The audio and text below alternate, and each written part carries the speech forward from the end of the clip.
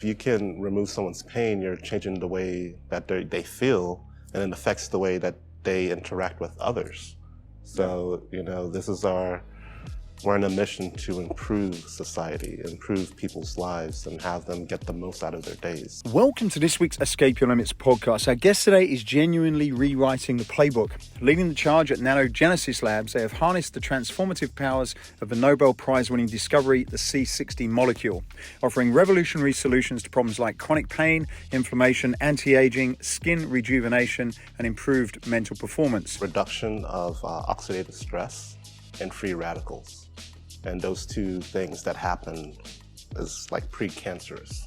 So if you can reduce that, then you can also slow down the rates of cancer cells growing. Nanotechnology is primarily referring to size. Okay. So, the molecule at a nano level is the same size as your cells. So at that level, there's a lot that can happen that we're exploring. We're just trying to use natural molecules that are found naturally within the human body to minimize any chances of side effects. So please enjoy this week's episode with the investor, philanthropist, and business visionary, Mr. Ugo Amobi. Thanks for coming over here today. My pleasure. This is the second time we've been able to meet up, and our good friend Dan has made the connection. Yes, very grateful for Dan for doing it. So we'll start with this, so for a lot of people that are listening are in the health and wellness sector, and as I was doing some research, some of the claims, and I know you have to be careful about how we say these, but it seems as though you're involved in a product, and there's a number of benefits that these products that are sitting here do. There's reduction of inflammation, detoxification, improved focus, boosts the immune system, improved energy, cognitive enhancement. I even read about reducing skin aging and wrinkles and improvement of joints. So it sounds like there's this miracle product that it's like there's not too many things that do all of that, do all that quite naturally. So the first thing I'll start is this a fair assessment of what you've been working on and some of the goals that you wanted to be able to deliver to people? Yes, a couple more points. Okay. Reduction of oxidative stress and free radicals. And those two things that happen is like precancerous. So if you can reduce that, then you can also slow down the rates of cancer cells growing. Right. Yeah, because when I was reading some of the issues here go on to create things like heart disease, and now you've mentioned cancer. So a lot of these are early indicators about things within your body that are likely to go on and create some quite serious diseases as well. Correct. So the qualities you mentioned before are those of the carbon molecule called C60. And it was discovered in the 80s. And our CTO and members of our scientific team were part of the initial group that found the molecule and received a Nobel Prize in the 90s. And the molecule itself is 170 times stronger and more potent than vitamin C. So it's like a super antioxidant. And the beautiful thing that my lab has created is a water-soluble version of it. So the highest bioavailable version to get into the bloodstream immediately so that you can get the benefits quickly. Right. Let's talk about the technology then, and you can correct me if I'm wrong. We were chatting earlier about ChatGPT. Yes. And there's fairly limited information online, but I thought, well, let's see what ChatGPT can find out about it. Okay. And what I've found is I understood that there was some discovery in 1985 which was connected to this C60 molecule. Was that correct? Yes. Okay, so maybe let's start there then. So who are the people and what did they discover and why was that significant? Yeah, initially they discovered a unique molecular structure in asteroids in space, following the asteroids. And then they decided to look at asteroid sites on Earth, and they discovered the same molecular structure. So that's what was discovered in the 80s. And they named it C60, carbon 60, because it has 60 carbon atoms. And if you look on the box of one of our products, it looks like a soccer ball. Right. Yeah. From what I understand, there's something called a Buckminster fullerene. Yes, and the name came from the molecular structure of the molecule. These guys then in the 80s, they found this in things that came from space, is that right? Yes. At the asteroid sites. So then it's like the process of creating C60 now is interesting. Like you can take a block of granite or volcanic rock, shoot lasers at it, and then the different carbon allotropes that come out are labeled as C60, C70, C80, and you have to filter it out to isolate it, and you have a C60 molecule from a volcanic rock with all of the antioxidant properties. So I'm just going to go back a second then. So they found it in these things that came from space, like Asteroids. Asteroids, yeah. Yes. Does that mean that before the asteroids came and had this in it, that this molecule didn't exist on Earth? Was it really because it came out of space and then they found it on Earth, or was it already here but they noticed it? Correct. It was already here and they noticed it. They first noticed it in space through highly sophisticated telescopes, and then they looked at asteroid sites to see if there's a direct correlation. And then once they identified it, they noticed it everywhere. It's carbon, so it's been around for as long as the planet's been around. And the fact that we are, made 65% water, 18% carbon, magnesium, nitrogen, so on, it's essentially part of us. And that's the beauty in technology. It's, we're using molecules that are found naturally within the human body to minimize any effects of side effects. If it's part of you, then your body won't reject it, versus synthetic molecules that are created and ingested and with that long list of side effects that can come with it. So it's brilliant. It's an amazing thing. How do you think, how did that asteroid connection lead? Because it's quite weird that they found something in space, then they saw asteroid sites, and then they figured out that it was already here. That's a funny story, isn't it? Yeah. They almost like went right out there to realize that some of this stuff was on Look out, Earth. to look within. Yeah, that's right. That's a good. Was there a purpose in looking out there at first to kind of trace it back? I think it's scientists being scientists, following curiosity, and just continuing the trail. And having this molecule and having access to it and being able to harvest something natural that's found naturally in our planet is like the next quantum leap in science. Medicine started with extracts from plants and different animals, and then we went into creating synthetic versions of it, which has been great, but not so great with the problems that come with that. So returning back to natural minerals, but advanced technology, using that to amplify delivery of other molecules, it's a game changer. How much of an abundance is there of this molecule then? Is it fairly limited? It's abundant, but the refining process is sophisticated. Like for instance, high temperature furnaces that emit soot. It's also carbon. So you can separate it from that as well. But the refining process, which we're currently working on to modify so it's not so labor intensive and capital intensive, so that we can make the products available to the masses.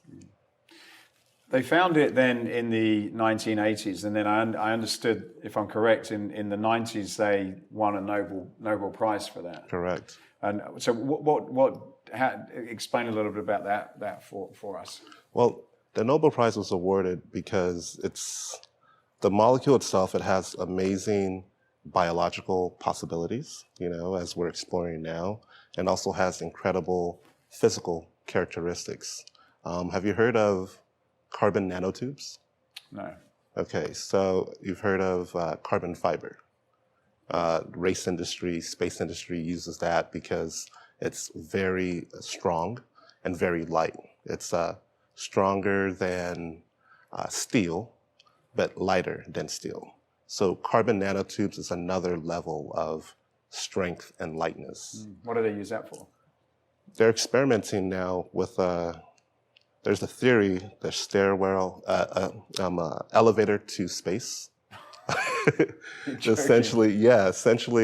That's not Elon Musk's next idea, is it? I mean, it would be nice if he would focus on that, but essentially, because of the unique properties of how strong it can be,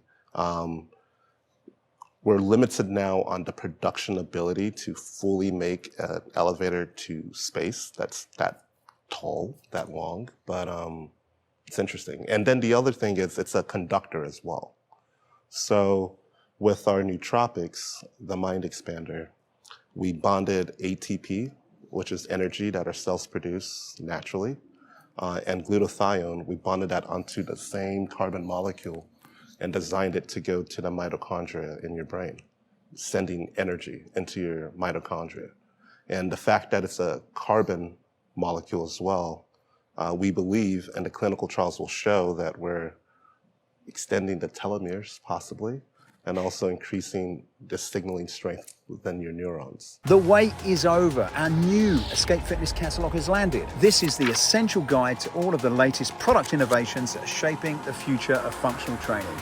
Bigger and better than ever, this year's catalogue is 190 pages, jam-packed with everything from eye-catching, bespoke functional training frames to some of the latest strength training equipment. So sign up today to receive the digital version today, or be one of the lucky few to receive a hardbound printed copy straight to your door. So what are you waiting for?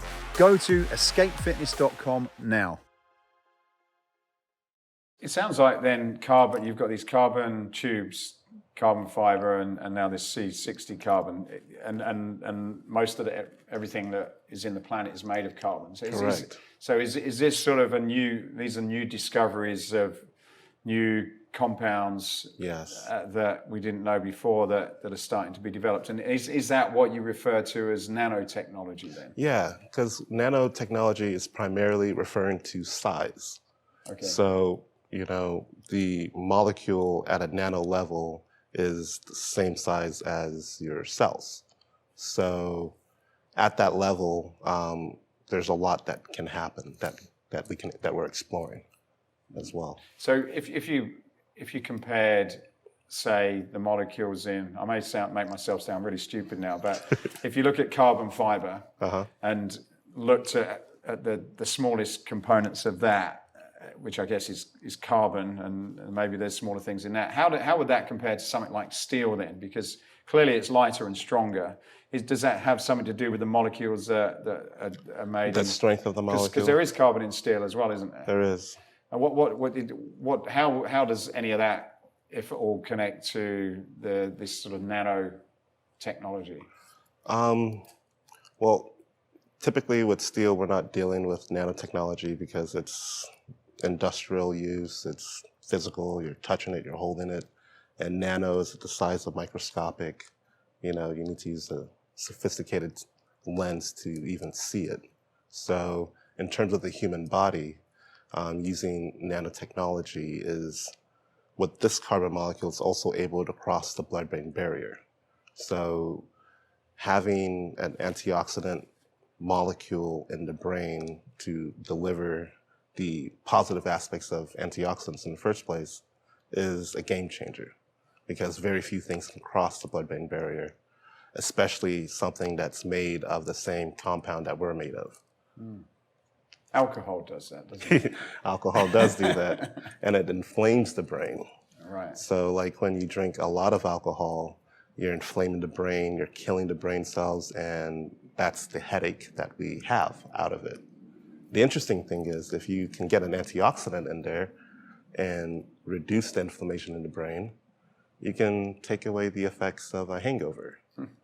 And if you have this molecule in the brain, you can also potentially consume more alcohol in the person. What is it that makes this and alcohol cross the blood-brain barrier? Is it the size of the molecules then? The size of the molecules and the design of the molecule and the receptors in the brain that connect to it. Right. Yeah.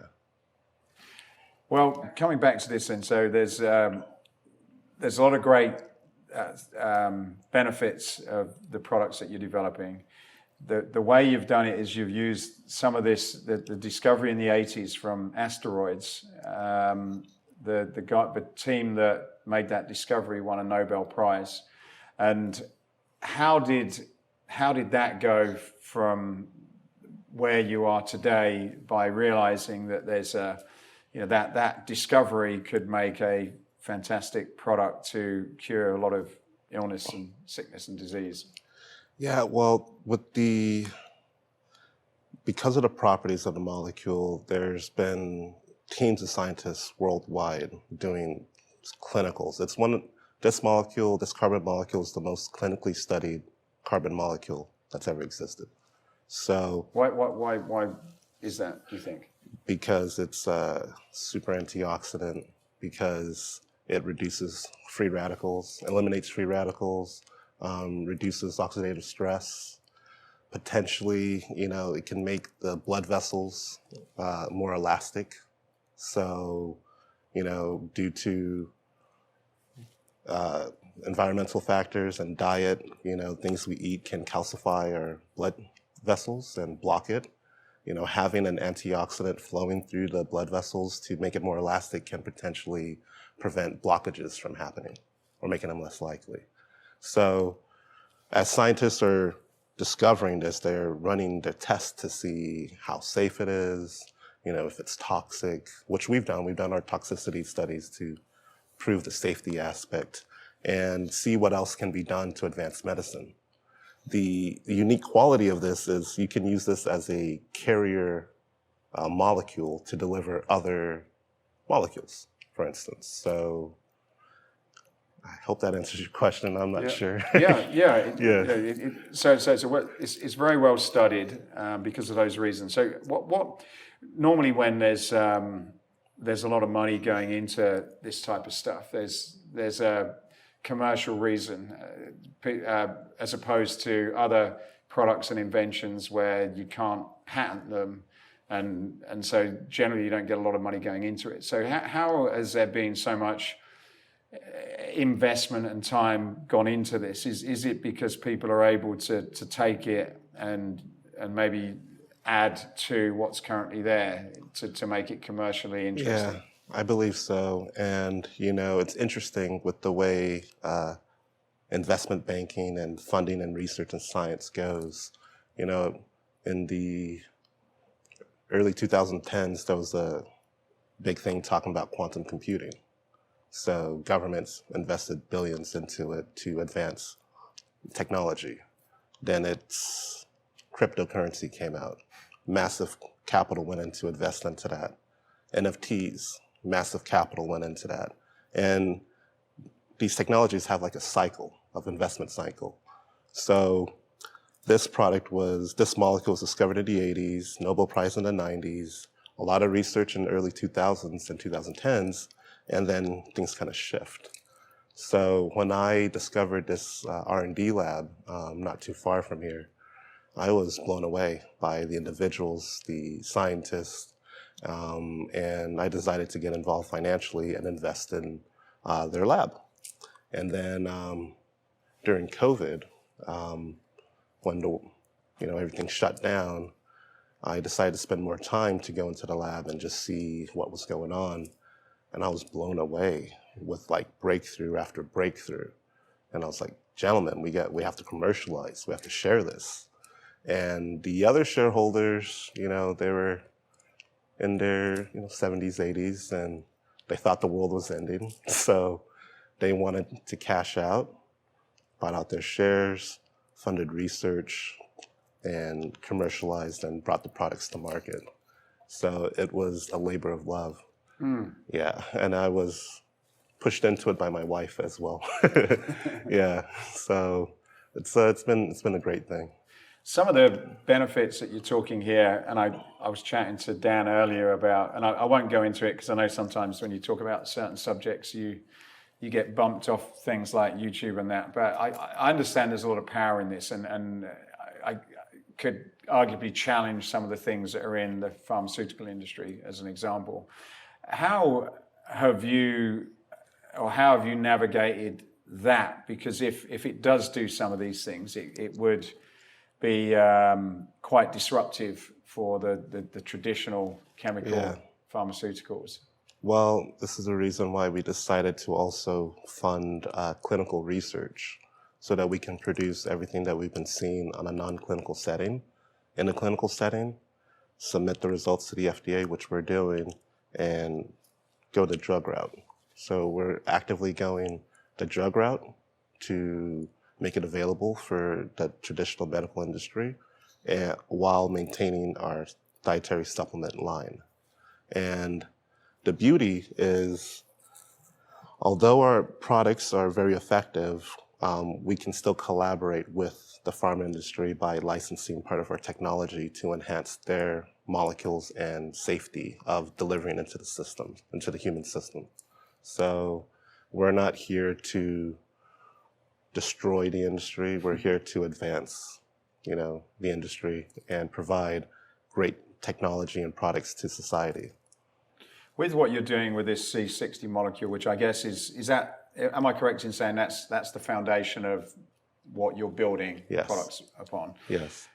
Based on this idea then, what would be the difference between what you're doing with this particular molecule and the way that you're working with it, and what traditional drug companies are doing with some of the synthetic drugs? Like how are they both very, very similar, or is there a difference where this is more of a natural way of finding solutions compared to what traditional drugs would be?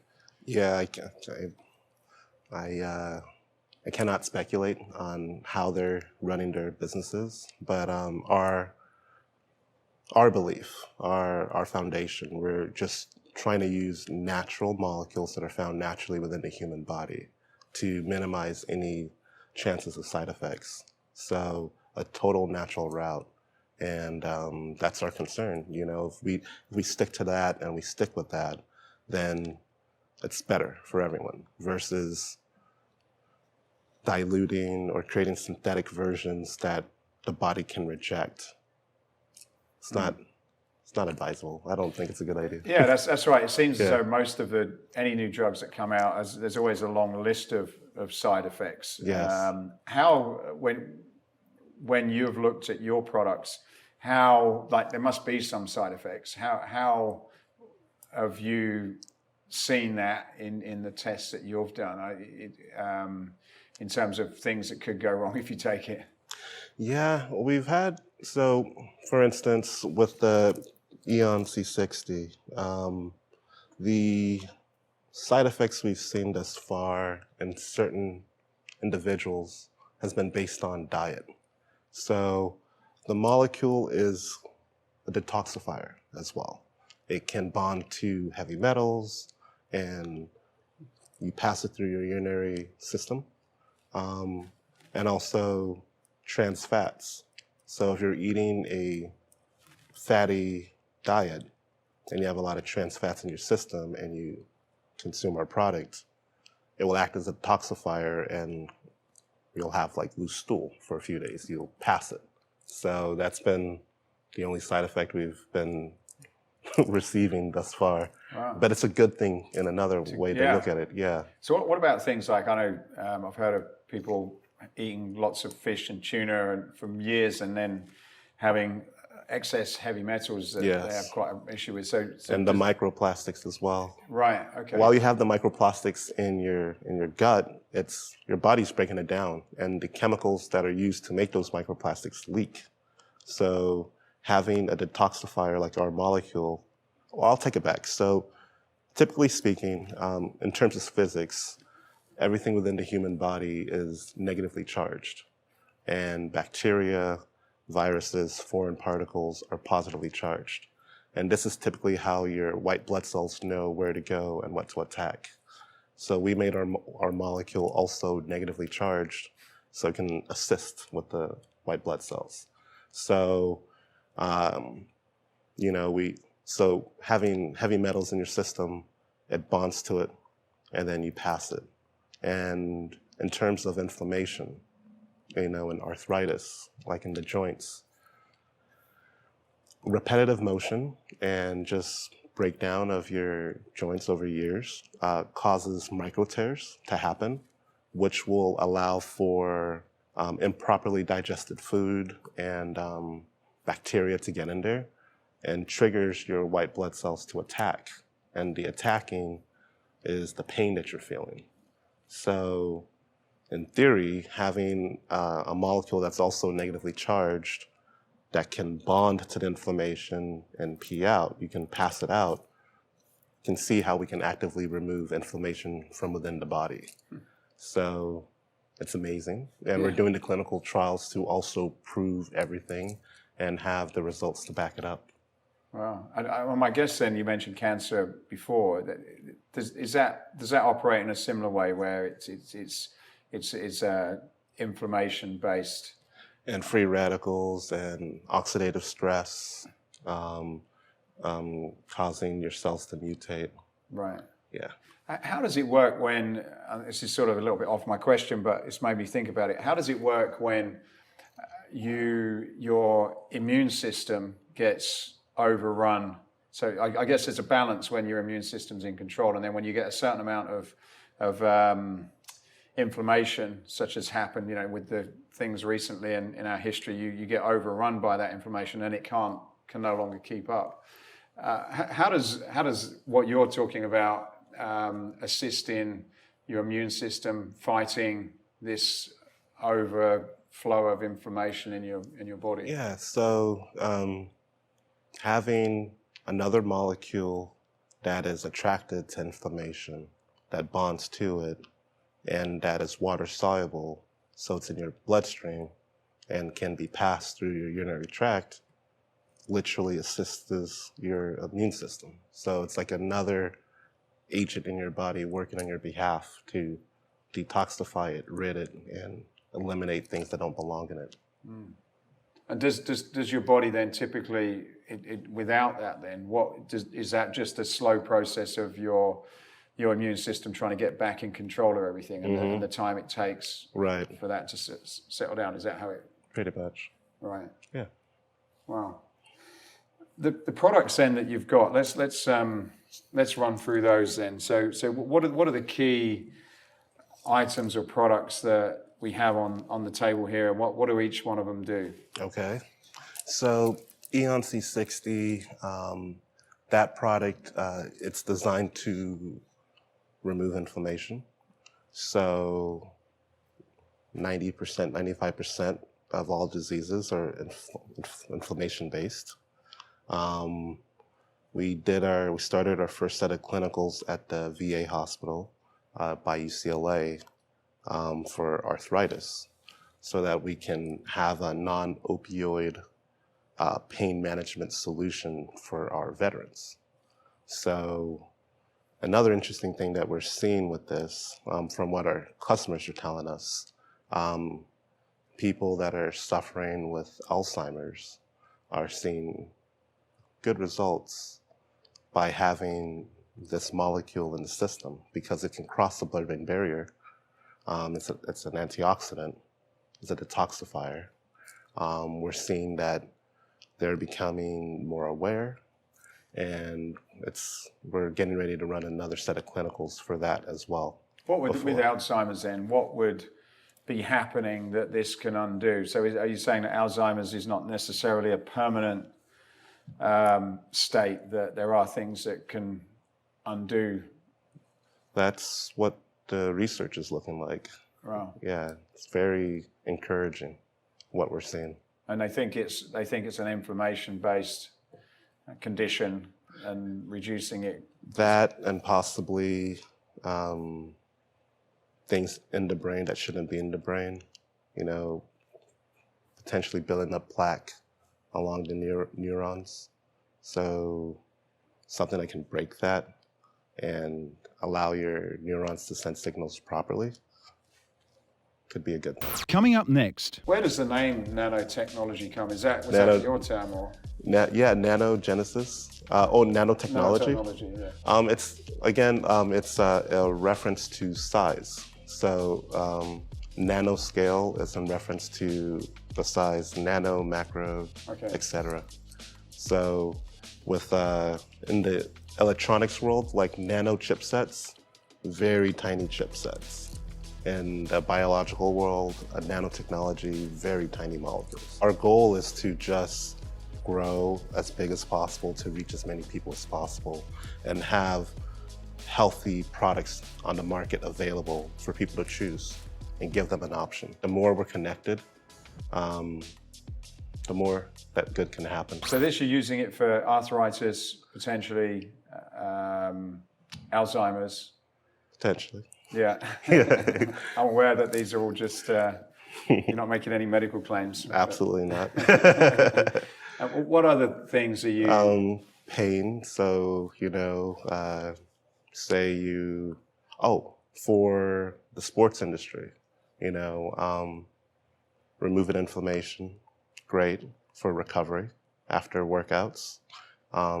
In theory as well, this molecule having hyaluronic acid getting into the muscle tissue, theoretically should be releasing muscle stem cells.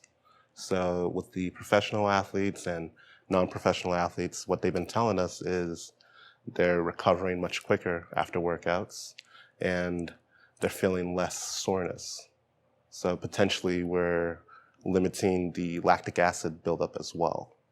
And the other potential thing that could be coming with this molecule is that it could optimize the way your body processes glucose, sugar. Instead of sugar going into your fat cells, it could bond to our molecule and we can get it into the mitochondria throughout your entire body.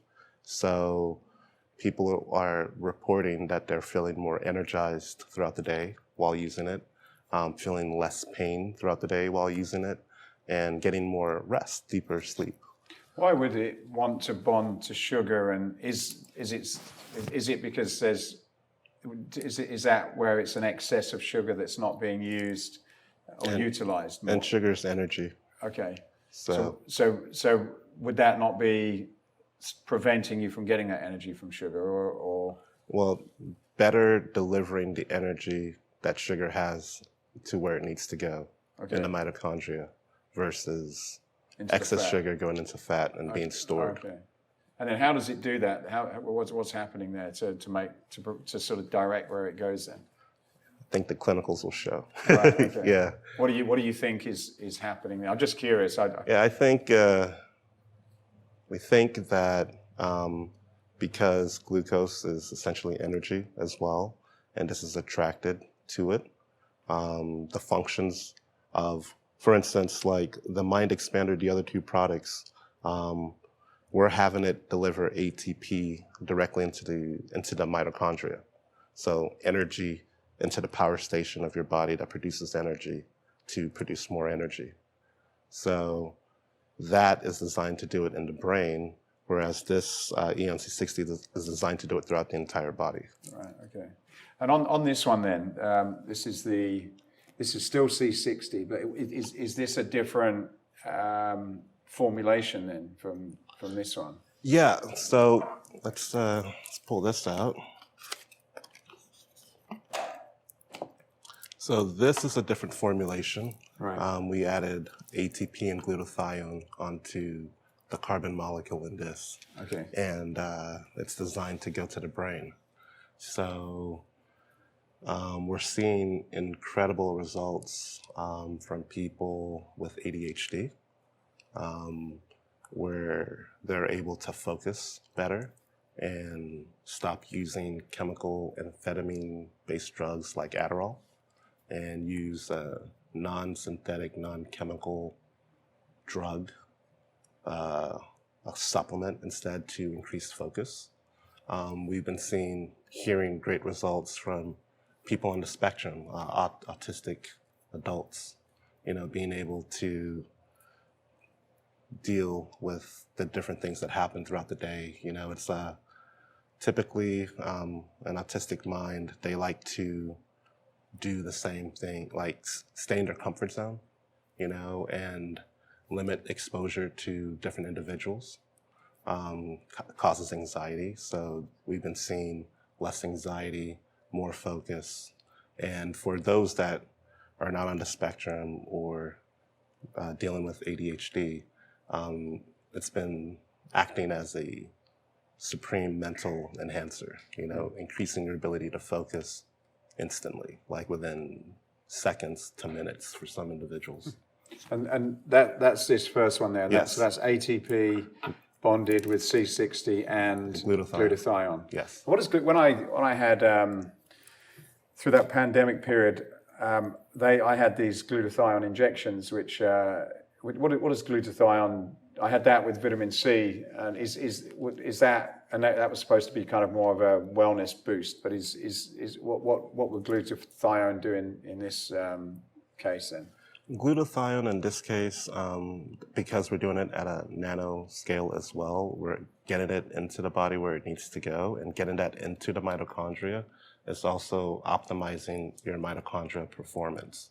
So there's a number of different products on the market that are trying to optimize the way your mitochondria performs, because that's the powerhouse within your cells. So if we have bonded that onto a carbon molecule that's water soluble and can get into the places where other things typically can't, then we're essentially like enhancing the bioavailability of the glutathione, of the ATP within How would the that body. compare to a IV drip then with glutathione? I mean, it's in a bottle versus having to be sitting with an IV drip. It's more effective, a quicker delivery, potentially. Right. And would you then get? Are you saying then you would get a similar effect if you had the similar dose of if you had IV, which apparently I guess I understood goes straight into your system? Does this work as effectively compared to, let's say, something you did orally, for example? Yes, in this scenario, because it's a nano molecule bonded to another molecule that's water soluble, so it gets into the bloodstream the way an IV does. And the size of it, because it's a smaller molecule, we're able to actually get into the mitochondria potentially quicker. How does that get absorbed then? It must go through your stomach, or does it get absorbed before it hits your stomach?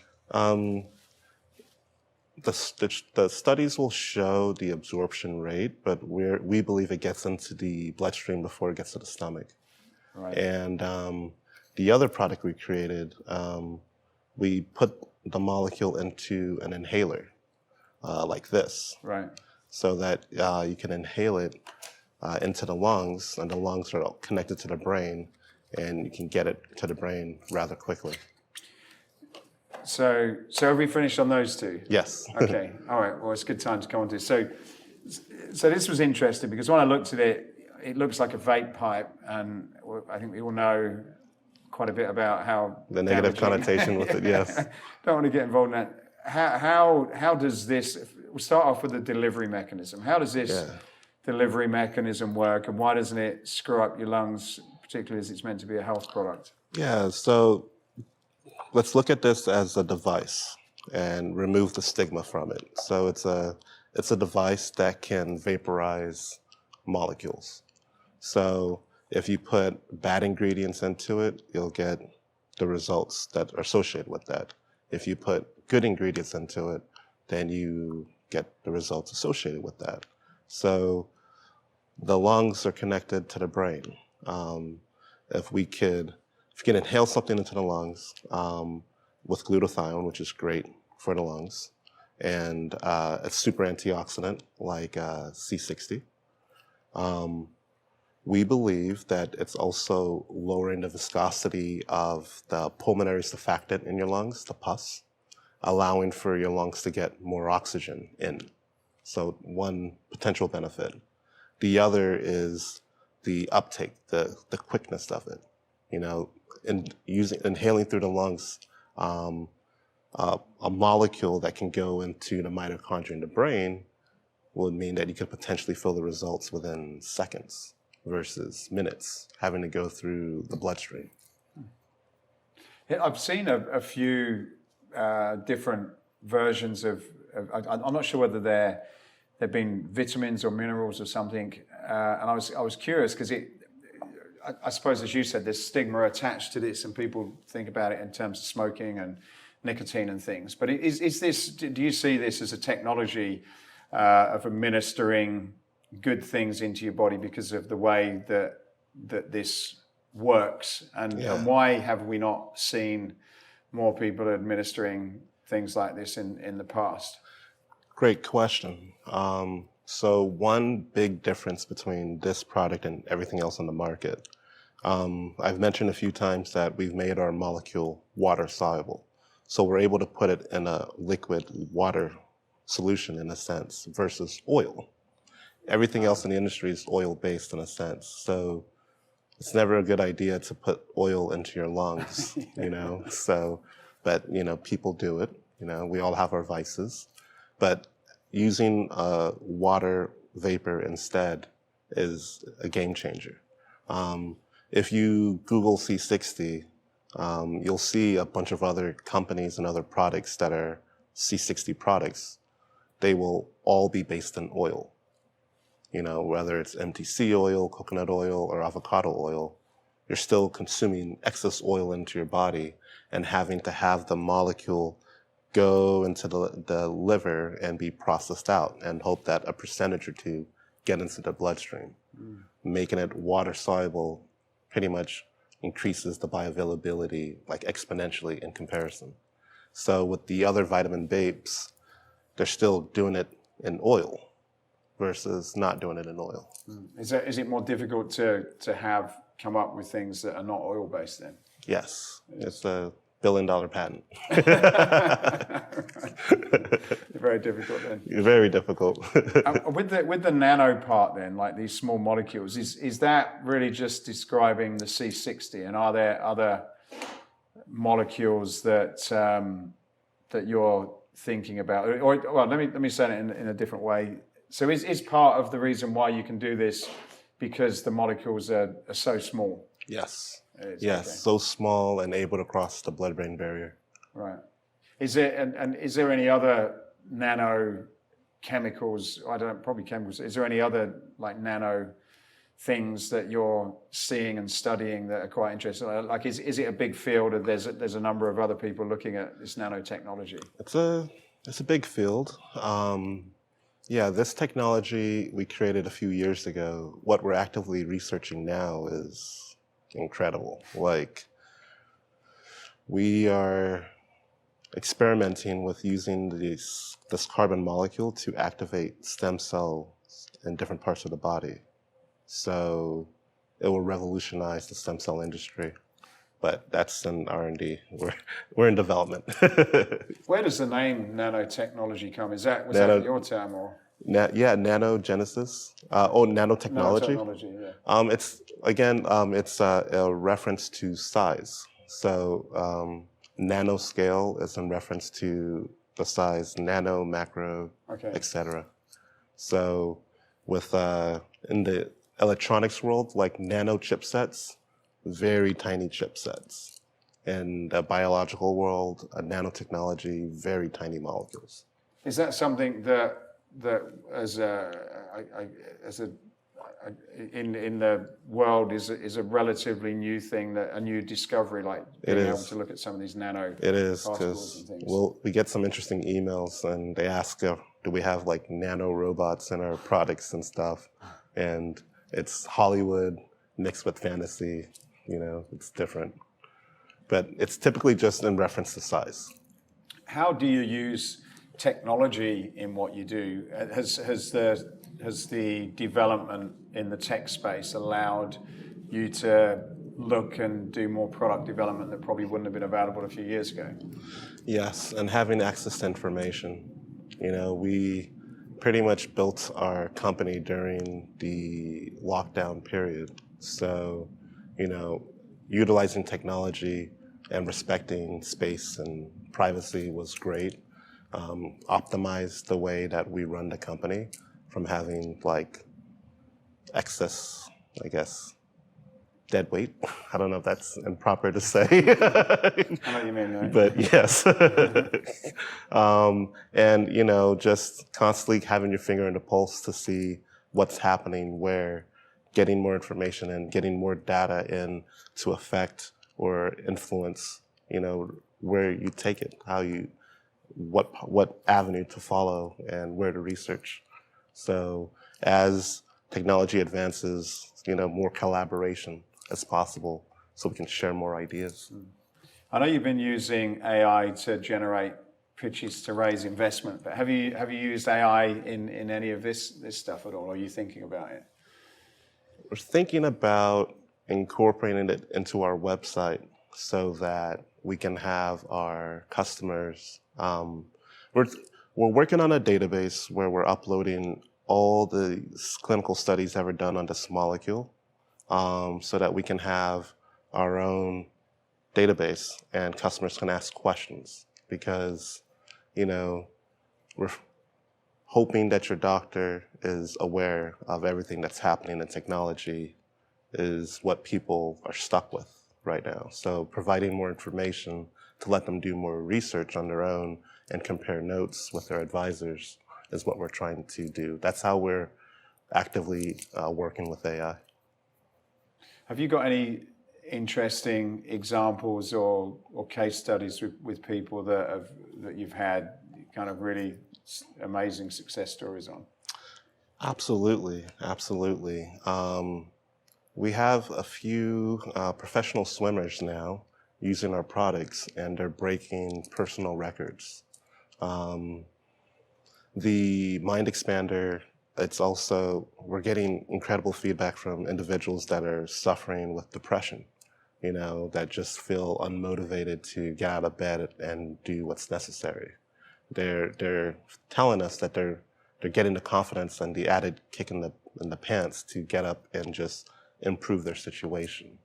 And, you know, Dan, as you mentioned, his father-in-law, he was our first customer to report incredible feedback while dealing with Alzheimer's.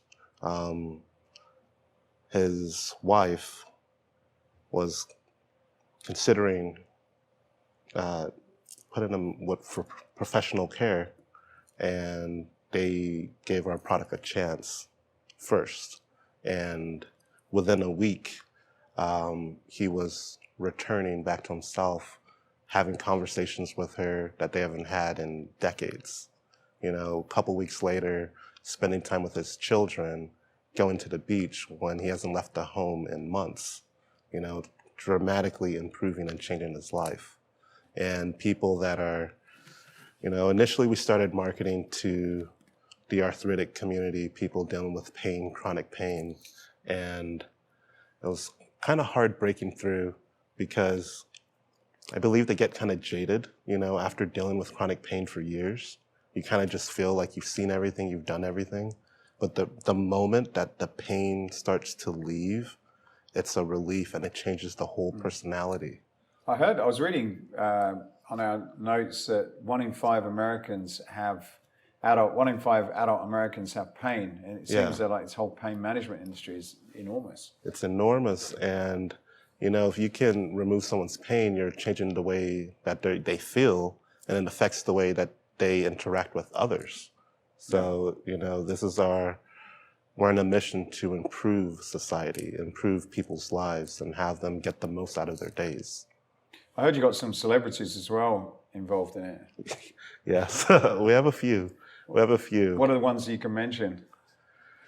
Dan mentioned a couple, so I didn't know. Yeah, I need to, because they're celebrities, because they have agents, because of legalities, and because their name is worth whatever it is to them. Yeah. We have to respect their privacy and let them share it when they're ready. Have you had any that have been happy to sort of, you know? We have a few professional athletes. Sean Phillips, former Chargers player. John Sally even, he loves the products. Scott Page, former member of Pink Floyd. He loved playing the guitar, couldn't play it because he built carpal tunnel in his fingers.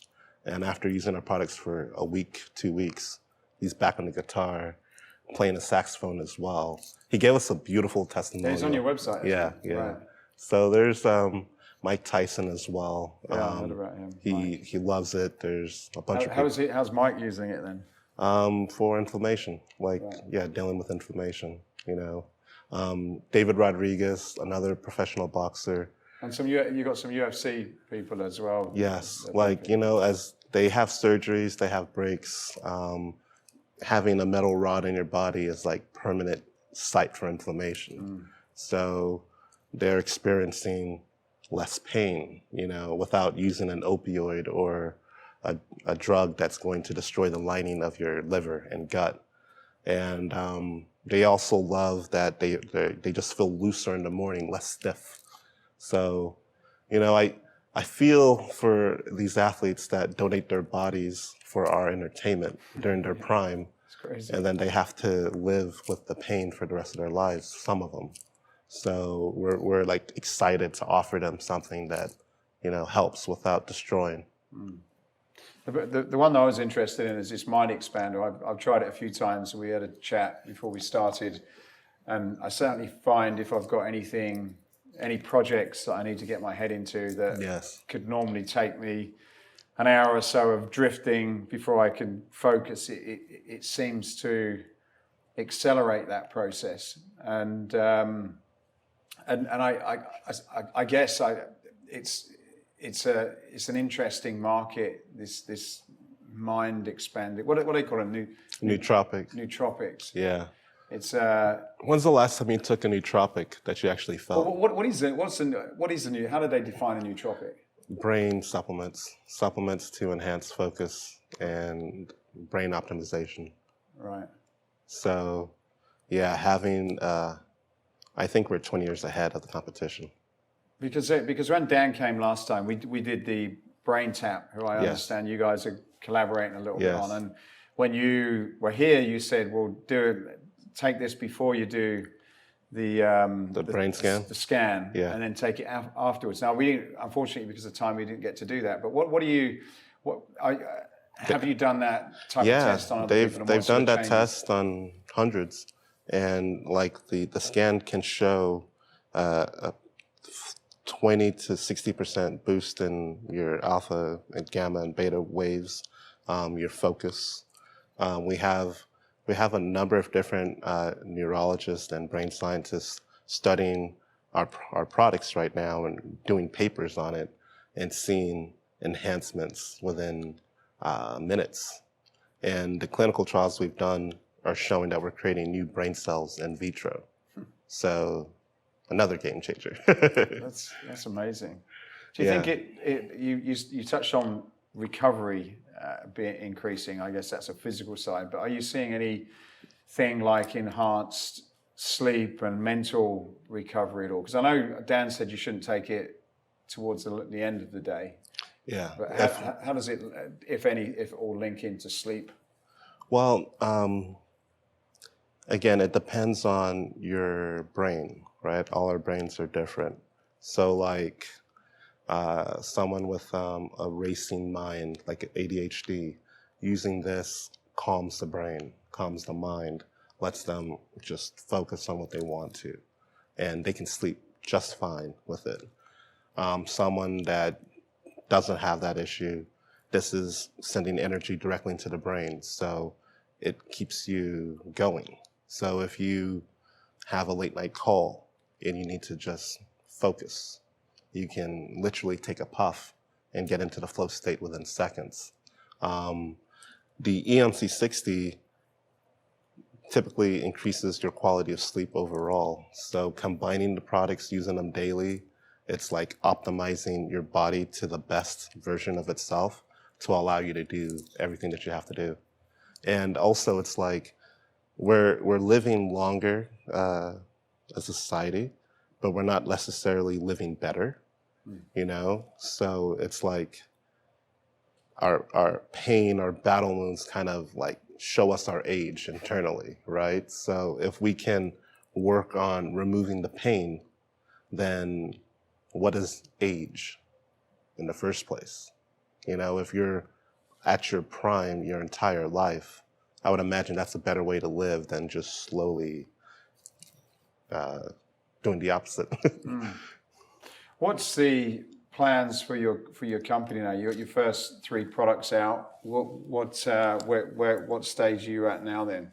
We're in growth and awareness. You know, we came out of stealth mode recently, a year ago, so we're looking for our distributors, our wholesalers. We're trying to get our products to the market to reach as many people as possible.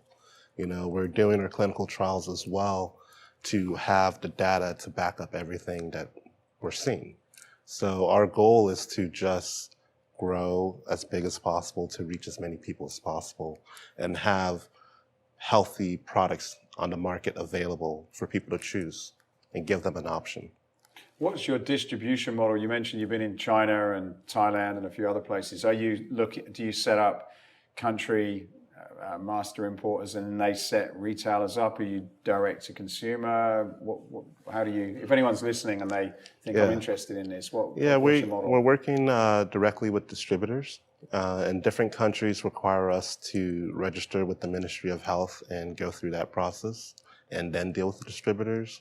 Other countries, we can deal with distributors directly and just import. So we have a wholesale aspect built into the website. You can go on, log in, and apply. And we also have affiliate marketing. So those influencers, those with an audience, you know, we want to work with everyone because everyone has a group of audience that listens to them and trusts their opinion. So dealing with people that have access to share positive information is what we're looking for. What are the countries that you're particularly focused on at the moment or looking for people in? Where is it available and where are you looking for people? UK, we're looking to enter that in a major way. The EU, it's an advancing, aging population. However, they have their own restrictions on nanoparticles. So we need to work with them on that. Latin America would be a wonderful place to enter, Asia as well. So everywhere. We're trying to get in everywhere. Right. Yeah, and we're shipping worldwide at the moment. You're shipping worldwide? Yeah, from here, yeah. Okay. From the US. You met on your LinkedIn profile, you mentioned you're a futurist. Yes. Let's talk about the future. What are some of the things that you're seeing in this space? And I guess, number one, how will you define the category you're in? Because it's kind of health, it's wellness, it's longevity. What do you use to define that? Just, I guess. All of the above. All of the above. Nanobiotech. Right. It's a new industry, I suppose. Right. Emerging. Okay. You know, I mentioned quantum computing earlier. We believe the quantum computer's in your brain. So, we're trying to advance society by helping people remove brain fog and think clear and do everything that they need to do. I believe everything to improve society already exists, and it's a matter of just bringing it to the light. So, yeah. With things like removing pain, which is a big distraction if you have it, improving focus, brain focus, it can change. It can massively unleash a lot in people, I suppose. Yeah, we can stimulate the economy naturally. We can bring on a new Renaissance age, you know? It's like, and we're dealing with a few athletes that said they wanted to retire. I said, don't retire. You have all the knowledge, you have all the wisdom, you have all the experience. You know, let's deal with the pain first. Let's remove the pain, keep you in the game and keep going. So we just want to see people just live their best lives and just take advantage of everything. I know you've also got a project which is a non-for-profit project that you're looking at in Africa as well. Yeah. Are you using any of this thought processes and philosophy to change the world on that side as well. Yes, you know, I have a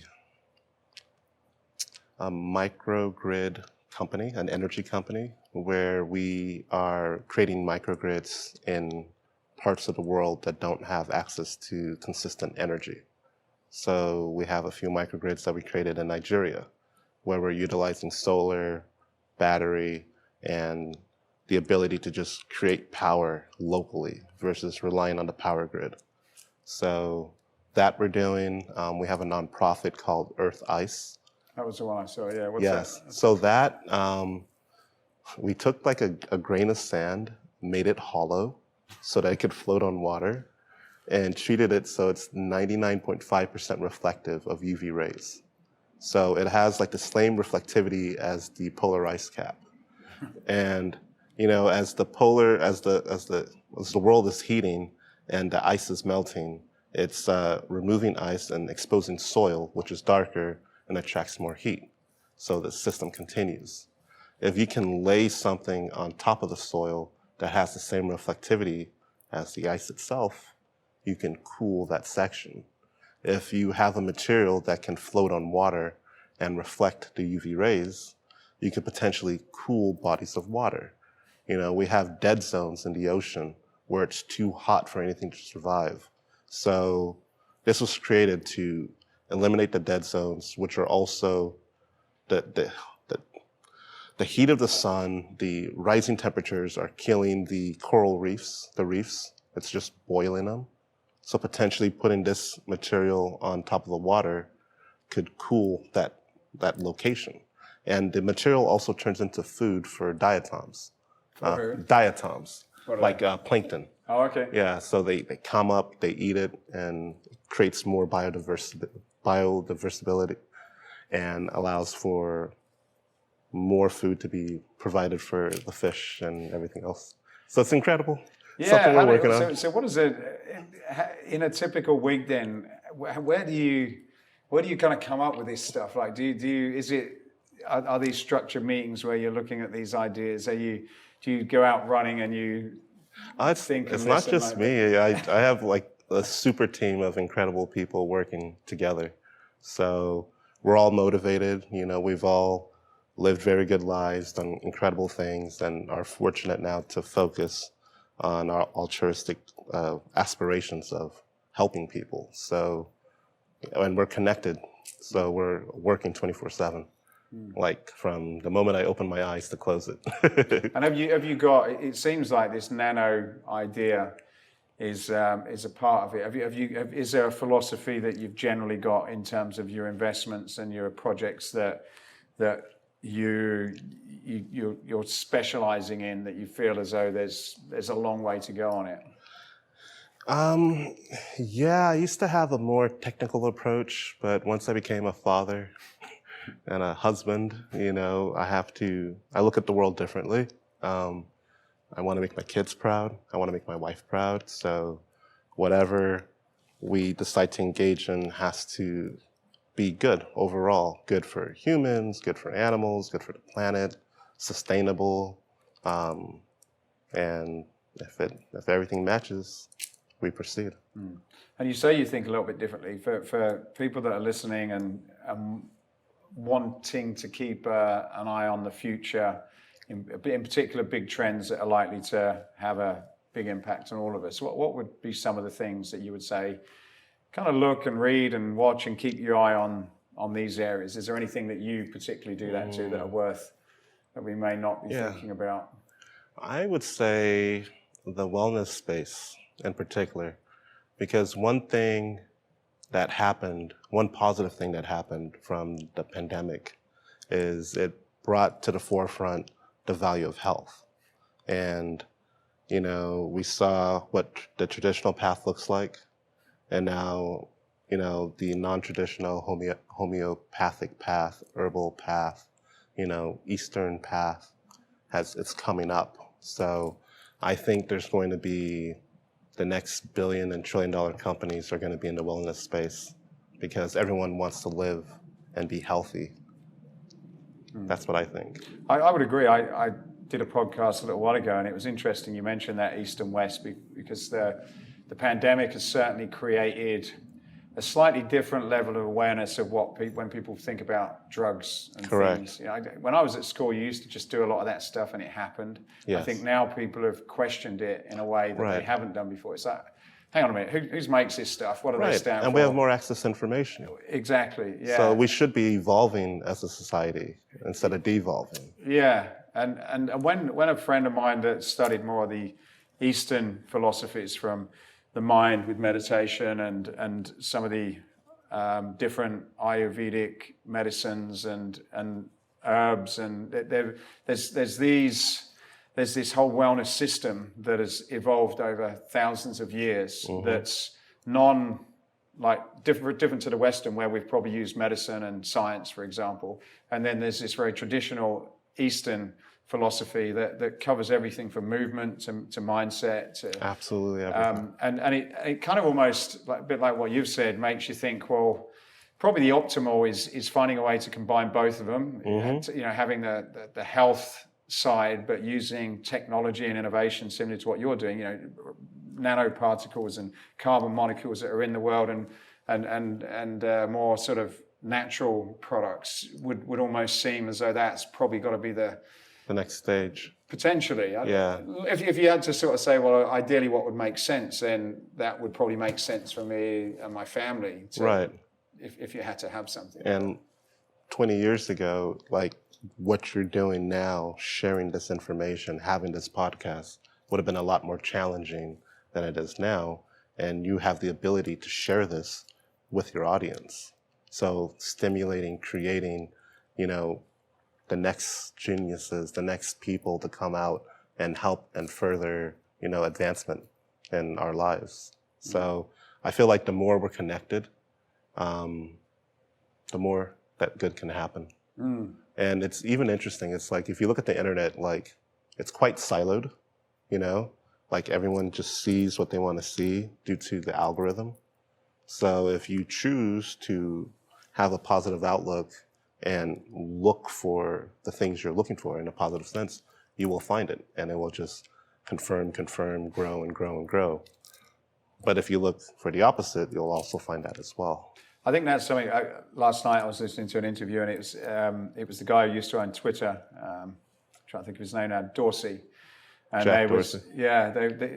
He was talking about, obviously the algorithms can be very manipulated by the wrong people and governments and all kinds of stuff, which may not be in everyone's best interest. But he was kind of saying the ultimate really is for you to be able to understand the algorithm, because we don't. Yes. And then to choose your algorithm. You're still going to get variations of what you choose, but you can actually choose what you want to be influencing you. And that's being more conscious, more aware. Exactly, yeah. Yes. And I think, you know, having that and with, as you say, people having a general understanding, because it seemed we had the similar conversation with people and trainers in the fitness clubs years ago, that you would go to a gym or a trainer because they would know way more than what you would, because they've been and they've studied and they've been to university. Nowadays, they listen to Andrew Huberman and instantly you've got someone talking about stuff that you didn't even know existed, and they're going back to their trainers saying, oh, well, what about this? And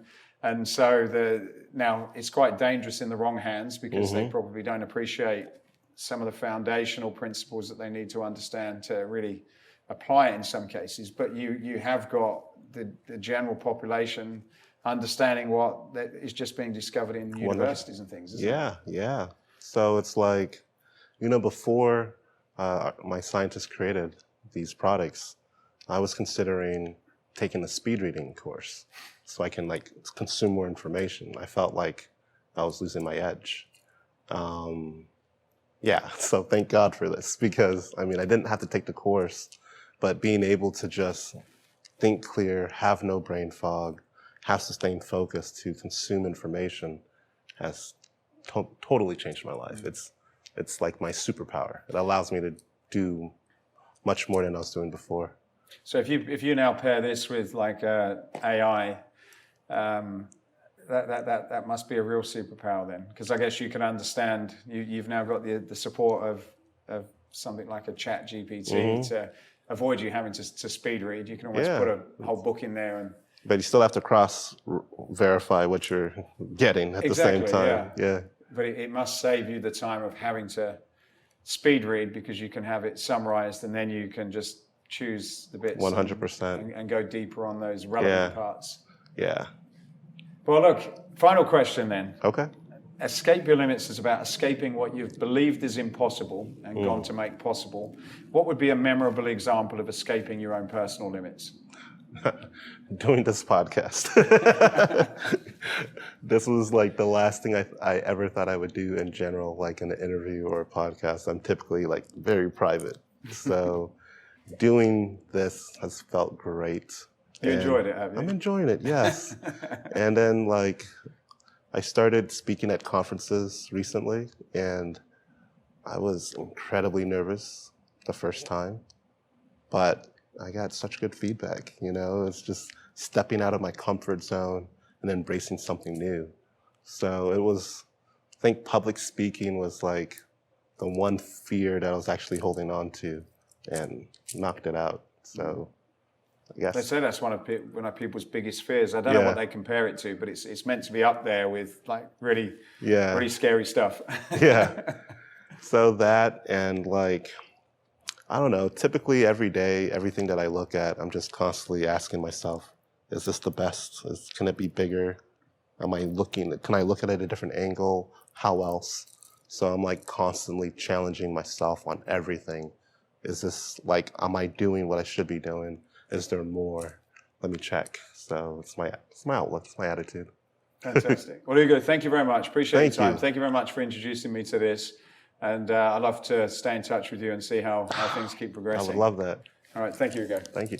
Thank you for listening to this episode. If you've got any value from it whatsoever, then please do us a favor, like, subscribe, tell somebody, and that will help us to be able to continue to do more of these and help you escape your own personal limits. Thanks for listening.